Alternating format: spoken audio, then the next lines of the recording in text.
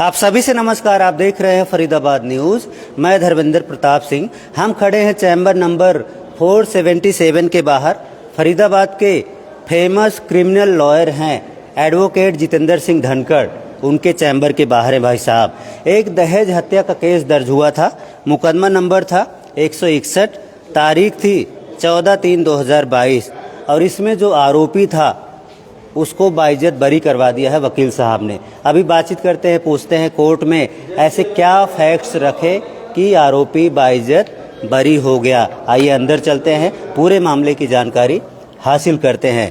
वकील साहब नमस्कार, क्या हाल है? नमस्कार धर्मेंद्र जी। बहुत बहुत बधाई आपको सर। आपको भी धन्यवाद, थैंक यू सो मच। बैठिए सर। थोड़ा केस के बारे में जानकारी हासिल करेंगे कि केस क्या था, किस तरह से आपने आरोपी को बाइज्जत बरी करवाया। थोड़ा सा बताइए क्या केस था।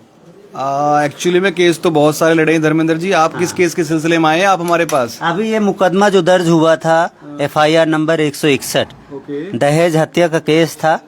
IPC 304B के तहत मुकदमा दर्ज हुआ था। 34 भी लगी थी। अच्छा। और इसमें आरोपी ओम श्रीवास्तव था, जो आंचल श्रीवास्तव का पति था। आंचल ने सेल्फ हैंग किया था खुद को, हालांकि उसके परिवार वालों ने दहेज हत्या का केस दर्ज करवाया था। तो ये ऑर्डर आया है, हमारे पास भी ऑर्डर पहुंचा। हमने सोचा मामले की जानकारी हासिल करते हैं। अच्छा, आपके पास तक भी ऑर्डर की कॉपी पहुंच गई। बहुत बहुत केस था ना भाई साहब। बहुत बहुत धन्यवाद धर्मेंद्र जी, आप हमारे पास आए। बड़ा ही दिलचस्प केस था ये। हाँ, ये गेट बंद कर दो भाई। ओके, तो धर्मेंद्र प्रताप सिंह जी, एक्चुअली में क्या था कि ये जो केस था, ये इसकी मैं फाइल निकाल के आपको दिखाता हूँ। सन 2022 में डेट ऑफ अकरेंस था 13 मार्च 2022। तो 13 मार्च 2022 को थाना पल्ला के एरिया में एक लड़की थी जिसका नाम हम नहीं बताएंगे, वो कानूनी रूप से बताना ठीक नहीं है। तो उन्होंने सेल्फ हैंगिंग कर ली थी। अच्छा। उस लड़की की न्यूली मैरिड शादी हुई थी। 7 महीने ही तकरीबन उसकी शादी को हुआ था। डेट ऑफ जो उसकी लड़की की मैरिज थी, वो थी 2 जुलाई 2021। अच्छा। तो शादी के तमूमन 7 महीने बाद लड़की ने सेल्फ हैंगिंग कर ली थी। अच्छा। सेल्फ हैंगिंग करने के बाद परिवार वालों ने, जैसे कि आपको ये ऑर्डर की कॉपी भी आप लाए हैं, बड़ी खुशी हुई, आप ऑर्डर की कॉपी भी आप तक पहुंच गई। बिल्कुल जी। तो सेल्फ हैंगिंग के केस में जो कंप्लेनेंट थी, उनके फादर साहब थे, उनका नाम भी हम आपको नहीं बताएंगे, थोड़ा सा बताना ठीक नहीं होता है। तो उन्होंने लड़के और लड़के के परिवार वालों के खिलाफ सेल्फ हैंगिंग का एक पर्चा दर्ज करा दिया था थाना पल्ला के एरिया में। अच्छा। तो लड़के के फादर साहब, मदर साहब, उनकी बहनें, उसके जीजा जी के खिलाफ मुकदमा दर्ज करा दिया था।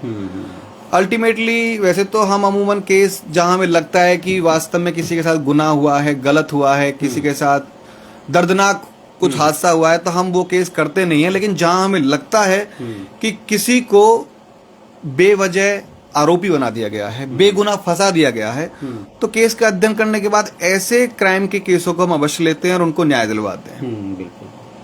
तो इस केस में भी हमने केस को स्टडी करने के बाद हमने पाया कि इस केस में जो लड़का पक्ष था, उसको लड़की के परिवार वालों ने झूठे मतलब कि दहेज हत्या के केस में फंसा दिया था। अल्टीमेटली केस को हमने 2 साल लड़ा। जो केस आपका 7 जून 2022 से अभी 16 जनवरी को केस डिसाइड हुआ है। तो इसमें हमने लड़के पक्ष को बाइज्जत बरी करा दिया। अच्छा, कितने आरोपी थे इस मैटर में? सर एक्चुअली में लड़की वालों ने तो इसमें 6 लोगों के खिलाफ FIR दर्ज कराई थी। सास, ससुर, पति, नंद और जीजा। तो 6 लोग थे टोटल इसमें, जिसमें से पुलिस इन्वेस्टिगेशन में 5 लोगों को बाहर निकाल दिया था। अकेले लड़के को इसमें आरोपी बना के रखा था। अच्छा। जिसके खिलाफ ट्रायल चला था। अच्छा, इनको बेल भी मिली थी? हाँ, बेल हमने इस लड़के की जो है तब अमूमन 5 महीने में करा दी थी। अच्छा। डेट ऑफ अरेस्ट थी इसकी 15 मार्च और इसकी डेट ऑफ बेल थी 9 अगस्त। अच्छा। तो 5 महीने में बेल करा दी। पहले आपने बेल करवाई, अब बाइज्जत बरी करवा दी। पहले बेल करा दी ऊपर वाले के आशीर्वाद से। और क्योंकि जुडिशरी, इंडियन जुडिशरी में बहुत अच्छा फेथ है हमारा भी, और कुछ ऐसे मुवक्किल्स हैं, ज्यादातर हम मुवक्किल्स का फेथ है इंडियन जुडिशरी पे।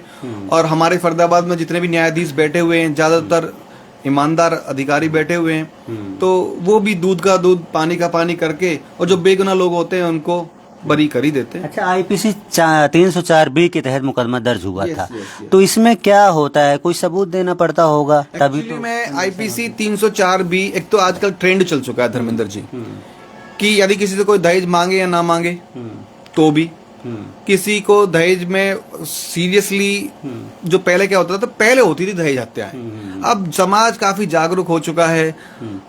नहीं, अभी भी हो रही है, कई बार सबूत देते हैं लोग, रिकॉर्डिंग होती है, उसमें पुलिस मुकदमा भी दर्ज करती है, कन्विक्शन भी होती है। वही मैं कहना चाह रहा हूँ, 100% में से बस 10% से 15% सच्चे मुकदमे, बाकी तो इस तरह के अपराध। कहीं ना कहीं आजकल के बच्चों में धैर्य नाम की चीज नहीं है, दो समाजों को, दो परिवारों को मिलने में समय लगता है। तो मैं तो ये गुजारिश करूंगा इस वीडियो के माध्यम से हर एक माँ बाप से कि अपने बच्चों को थोड़ा समय दें, उनको उस दूसरे परिवार में घुलने का, तालमेल बैठाने का समय दें, चीजों को समझें। शुरुआत में ही कोर्ट कचहरी थाने तहसील आप लोग कोई भी ना करें। इससे क्या होता है कि हमारा समाज आजकल बहुत बिगड़ चुका है धर्मेंद्र जी। हम भी नहीं चाहते, हम उस तरह के क्रिमिनल लॉयर नहीं है कि हम केस करें यहाँ पे। हम ये चाहते हैं कि हमारे आने वाला समाज सुधरे, और हर एक लड़की जो भी इस वीडियो को देख रहा हो, हर एक लड़की वाले से, हर एक माँ से मैं गुजारिश करता हूँ कि अपनी बेटियों को थोड़ा समय दें, उनको समझाएं दूसरे परिवार में तालमेल बिठाने के लिए। बिल्कुल जी, बिल्कुल। अच्छा, इन्होंने कोई सबूत दिया था, कोई रिकॉर्डिंग दी थी दहेज मांगने की इसमें? सर एक्चुअली में क्या होता है, 304B जो दहेज हत्या का जो केस जो होता है, उसमें कुछ इंग्रेडिएंट्स होते हैं कानून के मुताबिक। सबसे पहली बात तो शादी को 7 साल से अधिक समय नहीं होना चाहिए। अच्छा, विद इन 7 ईयर्स शादी को होना चाहिए। सेकेंडली, जो लड़की की जो मौत होती है वो साधारण मौत के अलावा अन्य सर्कमस्टांसेस में मौत होनी चाहिए, जैसे बॉडली इंजरीज होनी चाहिए, बर्न इंजरीज हो, या मतलब सेल्फ हैंगिंग हो, या तेल छिड़क करके इस तरह से कुछ हो जाना, और बहुत कुछ चीजें मतलब नॉर्मल डेथ के मुकाबले अदर सोर्सेज ऑफ जो डेथ होते हैं उनके माध्यम से हो। तीसरा क्या होता है कि इसमें जो हस्बैंड या हस्बैंड के जो फैमिली मेंबर्स हैं उनके द्वारा लड़की को दहेज के लिए प्रताड़ित करने की कहीं ना कहीं सबूत होने चाहिए। चौथा सबसे मेन जो इंग्रेडिएंट्स होता है वो इसमें होता है कि soon before death, demand of dowry soon before death, कि जब लड़की इस तरह से, जो लड़की मतलब कि मरती है दहेज के प्रताड़ना से, तो वो मृत्यु से उसकी सून बिफोर डेथ हो, मतलब कि नजदीक हो। हाँ, जब भी दहेज मांगा गया हो उसके आसपास अगर उसकी डेथ होती है तो वो भी एक प्रूफ माना जाए। मेन प्रूफ ये होता है सर। तो हमारे केस में इस बहुत सारे इंग्रेडिएंट्स थे जिनको हमने बारीकी से देखा, गवाहों से सवाल जवाब करे, तो कहीं ना कहीं गवाहों के सवाल जवाब में इम्प्रूवमेंट्स भी थे, और वो क्या बोलते हैं, प्रॉपरली जवाब नहीं दे पाए हमारे सवाल जवाबों के घेरे में आकर के वो लोग। सत्यता को हमने कोर्ट के सामने रखा बाखूबी, और अल्टीमेटली टेक्निकली लीगली हम उसमें सफल रहे। बिल्कुल जी, मैंने भी पढ़ा ऑर्डर, उसमें लिखा हुआ है जो गवाह थे उनके बयान लगातार चेंज होते गए। Yes. और इससे भी आपको कामयाबी मिली है। अगर उनकी गवाही अगर चेंज नहीं होती तो डाउट नहीं होता। एक्चुअली में क्या था है कि देखो, दूसरे पक्ष की तरफ से वकील साहब थे, उन्होंने भरपूर मेहनत करी, अपने गवाहों को हर प्रकार से वो समझा करके लेकर के आए, लेकिन सत्यता तो छुप नहीं सकती ना धर्मेंद्र जी, वो तो आखिरकार कोर्ट के सामने आ ही जाती है। बिल्कुल। और यही हमारा एक अच्छे क्रिमिनल लॉयर होने के नाते हमारा एक काम है कि हम कोर्ट के सामने सत्यता लाएं, और जो बेगुनाह लोग जो फंसे हुए हैं उनको हम बेचारों को बरी कराएं। ठीक है, धन्यवाद बातचीत करने के लिए। तो आपने देखा कई बार केस दर्ज होते हैं उसमें सत्यता नहीं होती। अब ऐसे वकील हैं फरीदाबाद में, फेमस क्रिमिनल लॉयर हैं, कई बार आपने देखा होगा बेगुनाहों को बरी कराया है, और जो गुनहगार होते हैं उनको सज़ा भी दिलवाते हैं। हमने ये भी आपको कई बार दिखाया है। तो जब इनके पास ऐसे केस आते हैं, जब इनको लगता है कि जो आरोपी है बेगुनाह है और एविडेंस नहीं है उसके खिलाफ, तो वकील साहब उसका केस लड़ते हैं, बरी भी कराते हैं, और कई बार जो गुनहगार होते हैं उनको सजा भी दिलवाते हैं। है जी सर, ऐसा है कि जो गुनहगार होगा और जिसने गुनाह किया है, देखो ये हमारी भी गरिमा कहती है, हमारा भी कानून कहता है, और देखो हमारा धर्म भी कहता है कि यदि कोई गुनहगार है तो हम उसको गुनहगार को सजा भी दिलवाएं। बिल्कुल जी, बिल्कुल। चलो, बहुत अच्छा लगा आपसे बातचीत करके। तो जो भी हैं फरीदाबाद के लोग हैं, अगर आपको लगता है आपका मुवक्किल बेगुनाह है, उसको झूठा फंसाया गया है, तो ज़रूर वकील साहब से संपर्क कर सकते हैं। ये बारीकी से केस को स्टडी करते हैं और उसके बाद ही डिसाइड करते हैं केस लड़ा जाए या ना लड़ा जाए। तो आपको इनसे ज़रूर मदद मिल सकती है। फरीदाबाद न्यूज़ से धर्मेंद्र प्रताप सिंह, नमस्कार।